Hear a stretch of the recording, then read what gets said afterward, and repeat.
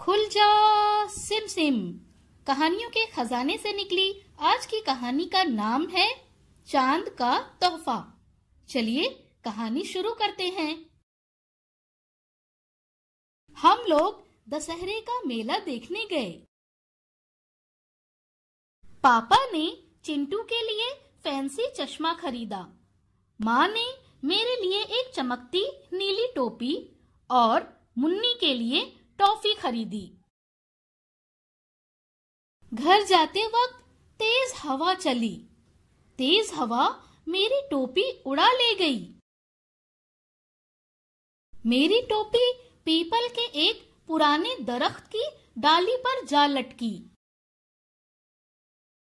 मैं खूब रोया और रात का खाना भी नहीं खाया। रात के पिछले पहर चांद निकला। उसने पुराने पीपल पर मेरी टोपी को देखा।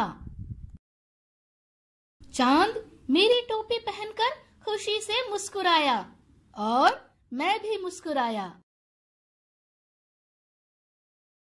अगले दिन जब मैं स्कूल से आया तो माँ ने एक नई चमकती लाल टोपी लाकर दी।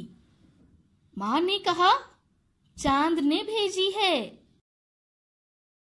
उस रात चांद और मैं, हम दोनों ने अपनी अपनी टोपी पहनी और मुस्कुराए। हम खुश थे। आपका क्या ख्याल है? क्या सूरज को टोपी की जरूरत है?